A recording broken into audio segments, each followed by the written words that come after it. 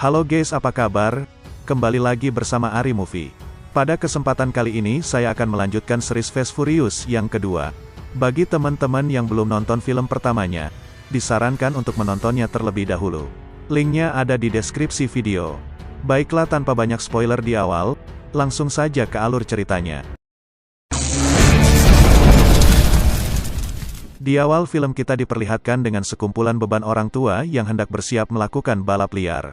Dia adalah Tej, yang merupakan pemimpin atau penyelenggara di balapan itu. Di malam itu ternyata mereka hendak melakukan aksi balapan liar. Di sini Tej membutuhkan 4 peserta. Dia bernama Julius, Jack dan Suki. Melihat jika peserta masih kurang 1, akhirnya Tej menghubungi temannya untuk ikut hadir mengisi slot yang kosong. Tanpa banyak cincong, teman Tej langsung bergegas menuju lokasi. Sembari menunggu teman Tej, mereka pun sambil beach dance ala Jamet Kuproy.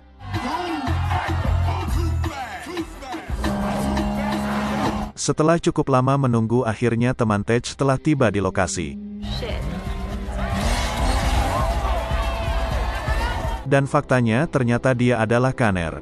Setelah aksinya di film pertama yang membebaskan Dom, ternyata Kanner memutuskan untuk keluar dari anggota kepolisian dan mencari nafkah dari balap jalanan. Karena sangat butuh uang, di sana Kanner meminta Jet dan pembalap lainnya untuk menaikkan jumlah taruhan.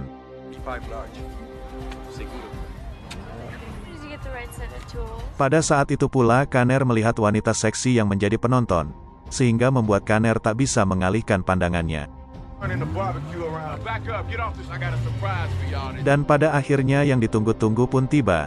Kanner bersama pembalap lain langsung memacu gas mobil mereka untuk memenangkan pertandingan.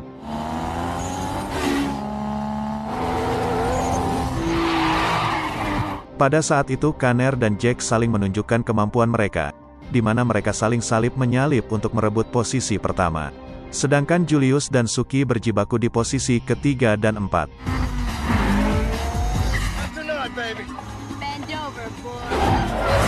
Pada saat itu ternyata Jack berhasil menduduki posisi pertama, namun secara mengejutkan Tej mengaktifkan rintangan jembatan. Dengan kejeniusannya, Kanner langsung mengaktifkan nosnya pada saat menaiki tanjakan. Dengan begitu ia berhasil menyusul Jack dari atas. Jack yang terkejut lantas membanting setir dan ia pun menabrak.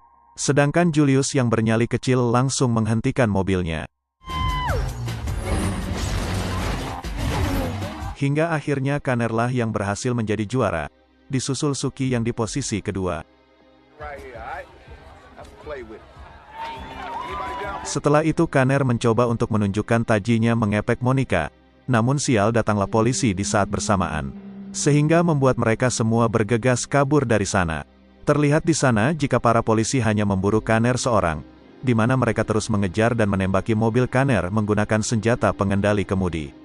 Akibatnya membuat mobil Kanner mati, dan ia pun tertangkap. Di kantor polisi, Kanner diinterogasi oleh mantan atasannya yaitu Bilkins.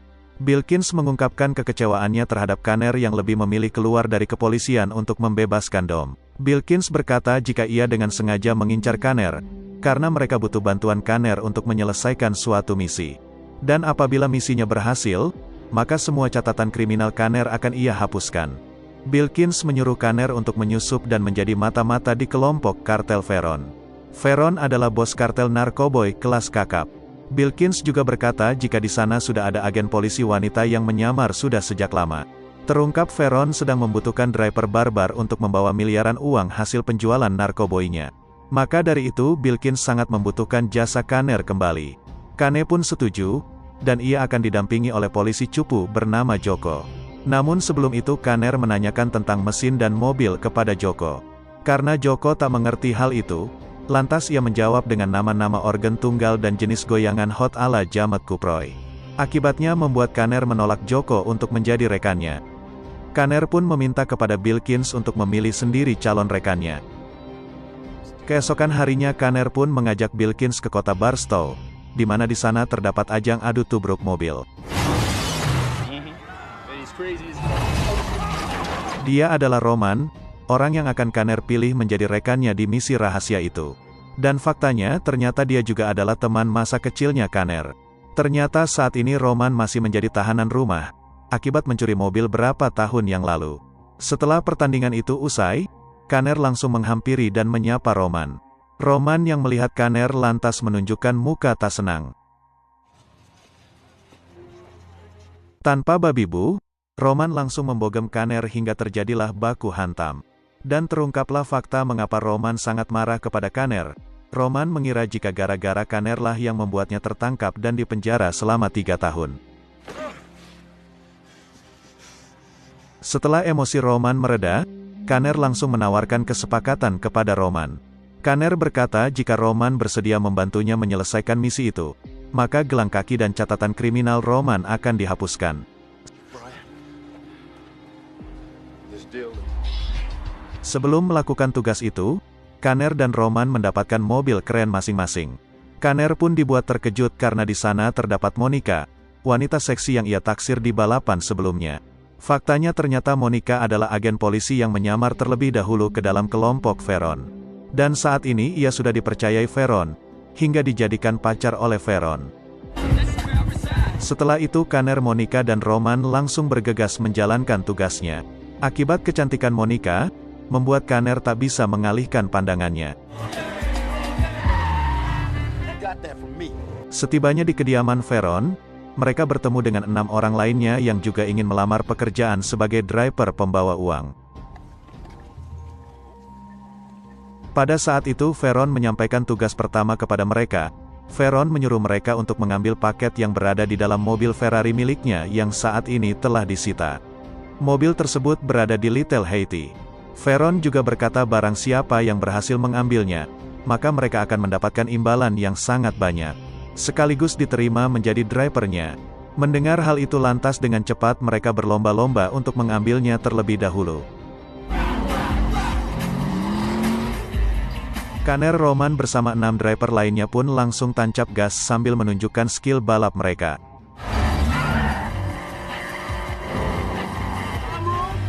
Alat pelacak yang telah ditempel oleh polisi pun mendeteksi jika Kanner dan Roman menjauhi kota.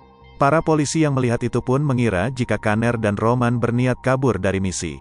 Kembali lagi ke Kanner dan Roman yang saling salip-menyalip untuk menunjukkan taji dalam mengemudi.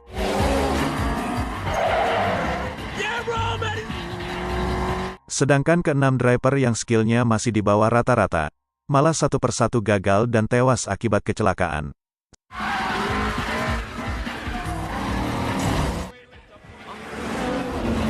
Singkat cerita, Kanner dan Roman telah tiba terlebih dahulu di tempat mobil sitaan. Setelah berhasil menemukan mobil Veron, mereka langsung mengambil paket yang dimaksud oleh Veron sebelumnya. Pada saat hendak pergi, para driver yang selamat pun datang. Disusul dengan para polisi magang yang tak mengetahui misi mereka. Agar terlihat meyakinkan, Roman langsung menembaki mobil polisi dan bergegas kembali ke kediaman Veron. Veron yang mendapatkan kabar jika Kanner dan Roman yang berhasil mengambil paket itu, langsung menyelidiki identitas mereka. Dengan tujuan untuk mengetahui jika mereka berdua bukan agen polisi yang menyamar. Setibanya mereka di sana, Veron langsung mengambil paketnya dan mengajak mereka untuk makan bersama. Kanner dan Roman pun dibuat terkejut karena paket yang mereka ambil sebelumnya hanyalah sebuah cerutu.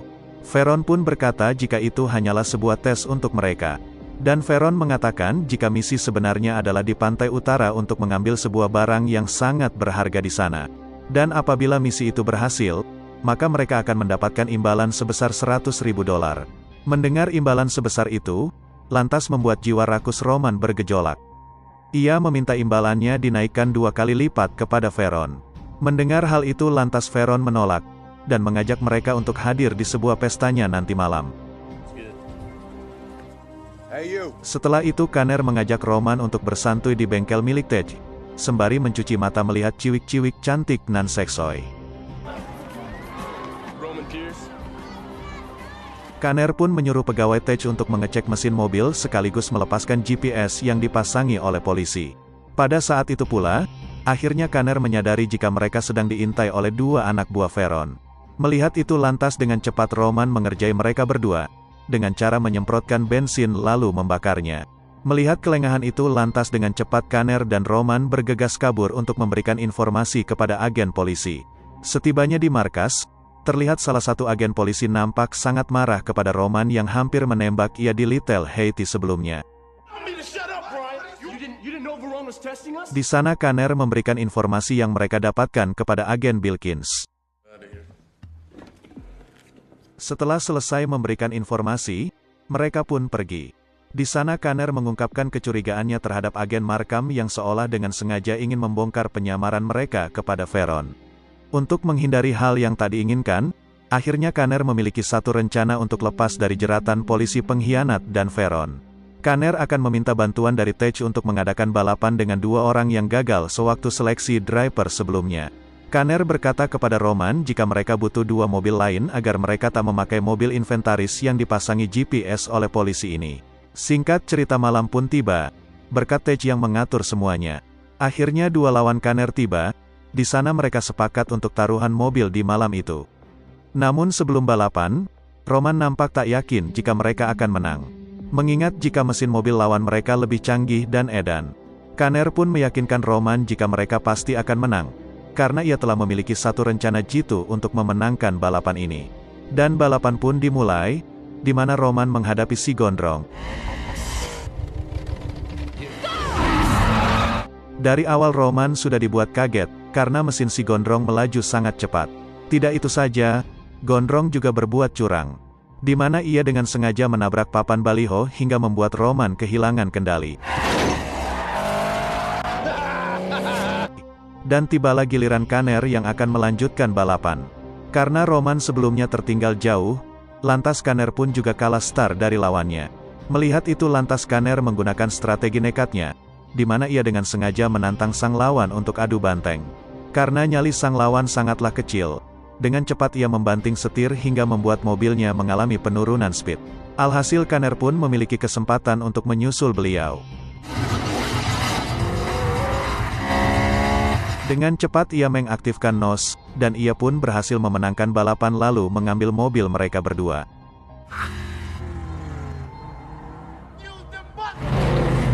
Setelah itu Kanner dan Roman menepati janjinya untuk pergi ke pesta di bar miliknya Veron.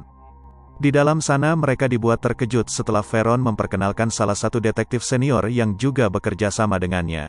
Tidak sampai di situ saja, Veron juga menunjukkan kesadisannya dengan menyiksa detektif itu menggunakan tikus berdasi.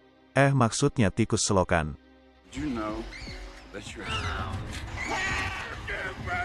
Melihat semua itu lantas membuat Kanner dan Roman ketar-ketir. Mereka curiga dan takut jika saja ada salah satu agen lainnya yang bekerja kepada Veron. Secara otomatis mereka pasti akan tamat. Kecurigaannya itu pun diperkuat dengan agen Monica yang sangat pasrah diapakan saja oleh Veron. Setelah itu Kanner dan Roman pun pergi ke bengkelnya Tej untuk menginap di kapal miliknya.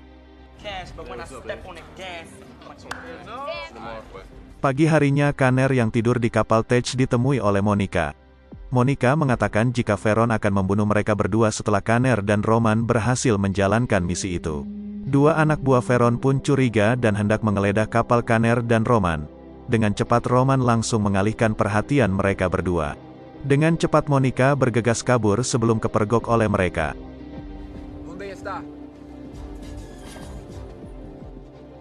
Setelah mendapatkan informasi dari Monica sebelumnya, Kanner dan Roman langsung memberitahukannya kepada para agen polisi jikalau Veron hendak kabur ke luar negeri. Dan saat ini ia sedang dalam proses pencucian uang. Mendengar berita itu lantas para polisi akan berniat melakukan penyergapan saat Veron tiba di bandara nanti. Untuk menghindari hal yang tak terduga, Kanner meminta bantuan dari Tej lagi untuk antisipasi misi yang akan mereka lakukan besok. Setelah selesai, Kanner dan Roman saling curhat dari hati ke hati mengingat persahabatan mereka sedari kecil. Pada saat itu pula Roman menyadari jika ia tertangkap oleh polisi bukanlah salah Kanner, melainkan salahnya sendiri yang ceroboh dalam beraksi mencuri mobil seorang diri. Singkat cerita pagi pun tiba, di mana Veron bersama antek-anteknya hendak menuju ke bandara. Ternyata di sana juga sudah ada agen mata-mata yang langsung memberi kabar ke kantor jikalau Veron sudah OTW. Dengan cepat puluhan polisi lokal bersiap untuk menyerbu dan menangkap Veron bersama antek-anteknya. Sedangkan Kanner dan Roman, kini mereka diajak dua anak buah Veron untuk menjemput triliunan uang hasil bisnis haram Veron. Uang tersebut ternyata disembunyikan di balik dinding rumah. Berdasarkan arahan dari mata-mata, puluhan polisi lokal langsung bergerak menuju lokasi Kaner dan Roman untuk mengamankan uang tersebut. Ternyata di sini para polisi lokal tak mengetahui jika Kaner dan Roman ada di pihak mereka. Dengan cepat Kaner dan Roman kabur dari lokasi, dan kejar-kejaran pun terjadi. Dengan kelincahannya, Kaner dan Roman berhasil menghindari tembakan dari polisi yang berada di helikopter. Namun banyaknya tembakan yang dilesatkan, akhirnya salah satu mengenai mobil Kaner. Dengan skillnya Kaner mencoba membuang alat pengendali kemudi itu dengan kaki sambil menginjak gas.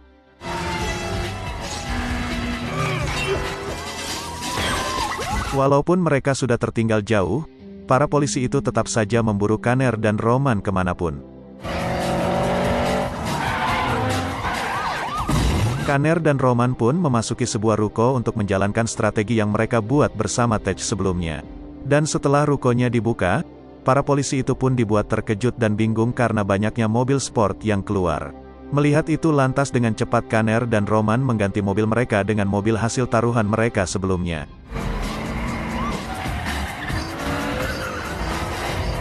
Para polisi lokal yang melihat mobil inventaris Kaner dan Roman pun mengira jika mereka adalah Kaner dan Roman.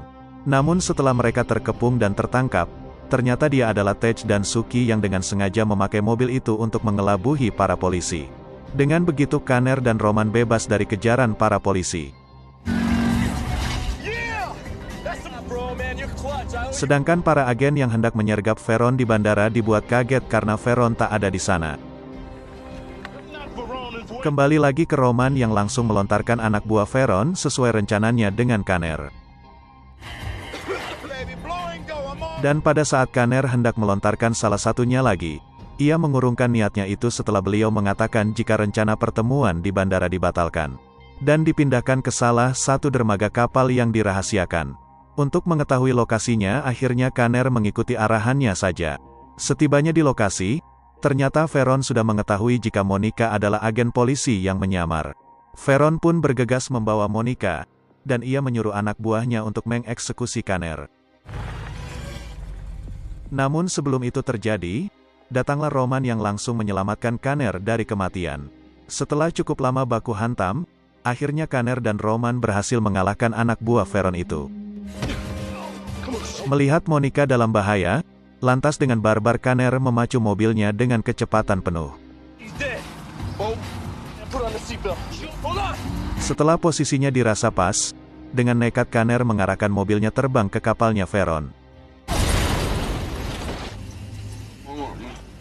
Melihat itu lantas Veron berniat menembak Kaner dan Roman, namun dengan sigap Kaner mendahuluinya.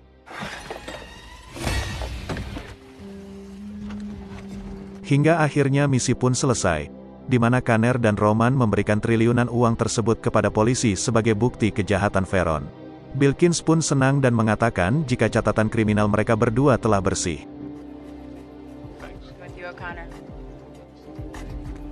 Sebelum pergi dari sana, Roman mengajak Kaner untuk membuka usaha pecel lele bersama-sama. Kaner pun bingung karena mereka berdua tak memiliki uang sepeser pun.